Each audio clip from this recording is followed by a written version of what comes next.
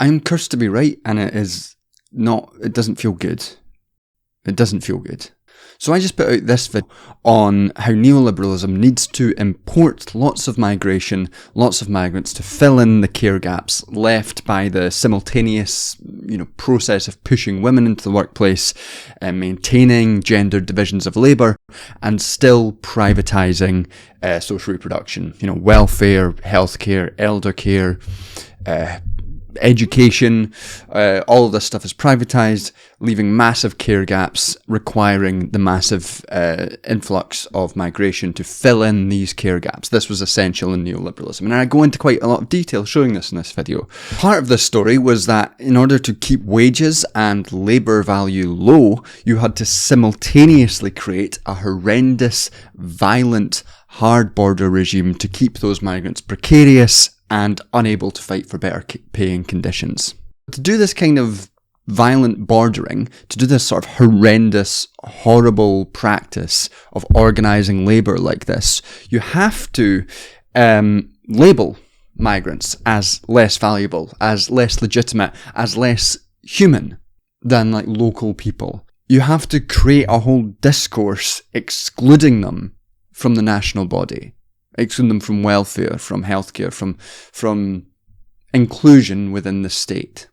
Essentially, you have to create and recreate a system of racism, divide people based on who's more or less human. And this is what's happened under neoliberalism across the globe. Anti-migrant politics has only been growing, no matter where you look, across different countries. And my argument in that video was that this is creating the conditions of fascism. Increasing ICE raids or the massive nationalist United Kingdom fucking protests that were happening across the UK the other day, including with, vigilante migrant lynchings at hotels and shit like that. Neoliberal fascism is just the intensification of these already present features that are required by neoliberalism. And my God, was I proven right so quickly. In that video, I pointed out that global care chains, the things that we're talking about, push care duties across countries, across continents, as dependents are blocked from coming to join families in host countries. That's part of the reason, part of the way that the sort of hard border regime works. And I pointed out that Labour former Home Secretary Yvette Cooper dangerously intensified this process by promising to block any refugees from letting family members join them in the UK. The proportion of migrants who have arrived on small boats and who then apply to bring family has also increased sharply in recent years. Therefore, we're bringing forward new immigration rules this week to temporarily suspend new applications under the existing dedicated refugee family reunion route. Until the new framework is introduced, refugees will be covered by the same family migration rules and conditions as everyone else. And lo and behold, just today, Nigel Farage and his fucking fascist goons have promised to stop any immigrant, any migrant whatsoever, from bringing any family to the country. Seem to be quite keen not to be pinned down too much on the detail, but to talk in broad brush terms. But what is the legal basis, for example, for removing indefinite leave to remain from people who've already been granted it, many of whom will have jobs, lives, family here? And care homes, restaurants, hotels, the NHS are already struggling to fill vacancies with exactly the kind of workers that you would be targeting. Are you happy to further damage those sectors? And how do you expect them to be able to afford to pay for the additional levy to train equivalent British workers? We've given you full details. None of the 800,000 plus that came here under the Boris wave that will be available to apply for indefinite leave to remain over the course of the next 3 to 4 years, none of them will be given indefinite leave to remain. None of them will be given access to the UK's benefit system, and none of them will be able to bring dependents. That, I think, is quite a lot of very exact policy detail. It's such a clear example of how this intensification happens. Labour, the neoliberal Labour government, engages on some anti-immigrant, anti-migrant politics, enforcing the hard border regime and thinking, oh, we're smart. We're gonna cut the fascist legs out from under them. We're gonna win on their terrain. And then immediately the fascists just intensify it. And that's just what's happening over and over. And it's what's been happening for years as this fascist intensification keeps happening. And I'm not exaggerating here. This is fascism. This is not a metaphor. I'm not being hyperbolic. We are getting fascism. And I feel like I'm going crazy that I'm seeing all this play out.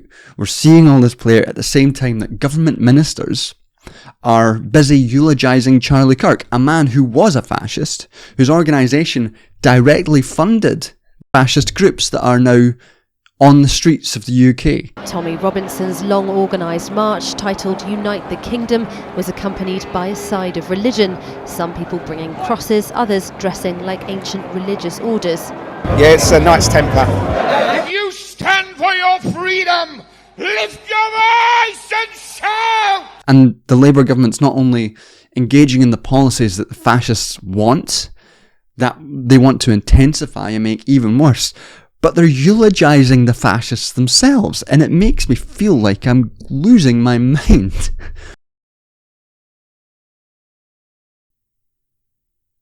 I needed to get this off my chest in a brief, I guess, addendum to the last video, just because it's genuinely astounding to me that how clear a process this specific policy process is, and how good an example it is of how neoliberal fascism is happening. It's such a clear example. Refugees, the small boat crisis, is used as cover to deny specific racialized minority groups from accessing things that are apparently part of the liberal order. Access to state benefits, access to state welfare, allowing family to join them.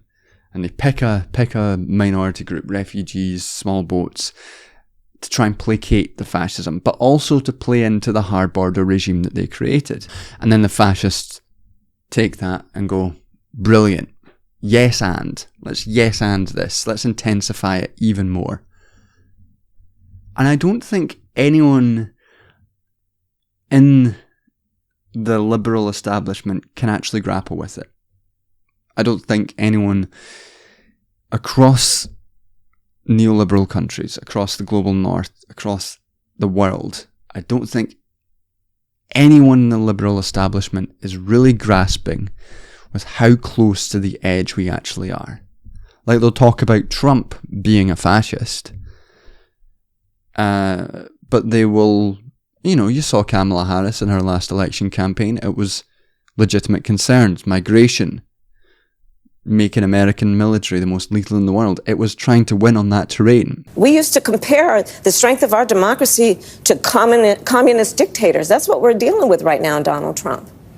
And these titans of industry are not speaking up. And all it does is intensify the process, intensify how fascist everything is getting. And yeah, I feel like I might lose my mind a little bit if this carries on. The Charlie Kirk stuff it does. Looking at the Kirk Memorial, you can just see so clearly how in America the mega church and the far right rally is really blended into one of the defining images and mobilizations of American fascist self-imagery. This is a fascist rally, this memorial, and I want to read a quote from Alberto Toscano's Late Fascism, in which he talks about the role of fascist women within fascist movements. Here he's quoting Machiocci in the understanding of fascism and Nazism and the role of women in it. And he says, "The characteristic of fascist and Nazi genius," writes Machiocci, "is their challenge to women on their own ground. They make women both the reproducers of life and the guardians of death, without the two terms being contradictory." And Toscano goes on, The nationalisation of both family and sex makes possible a biopolitics of reproduction that is also a necropolitics. Viva la muerte. Not just breeding sons for the front, or daughters who in turn will make more sons for future fronts. The fascist woman is also enlisted in a libidinized religion of death that glorifies the national martyr, fallen in the act of killing. Conversely, the re-territorialization of sex onto the nationalized family, both materially and symbolically, plays a crucial ideological role. As Macchiocci affirms, the emotional plague of fascism is spread through an epidemic of familialism. And I think that this is so clear when you look at that memorial, look at Erica Kirk, and look at how Charlie Kirk's death is being mobilised by the far right. This is a fascist movement. This is a fascist moment. That, while upholding, Israeli genocide, while pretending to do anything and acknowledging, the UK state recognised the state of Palestine, but doesn't recognise that there's a genocide in the state of Palestine. And that mixed with Charlie Kirk, the eulogising, the intensification of immigration, it feels like we're heading down a hill that nobody's got any brakes. And this is a weird little video, but I just felt like I needed to get that off my chest before I go and read a book or something. Maybe go out and try and get involved in something just to get my mind straight. Anyway, addendum to the last video done. I'm not going to do the credits because I can't be bothered, but fucking hell.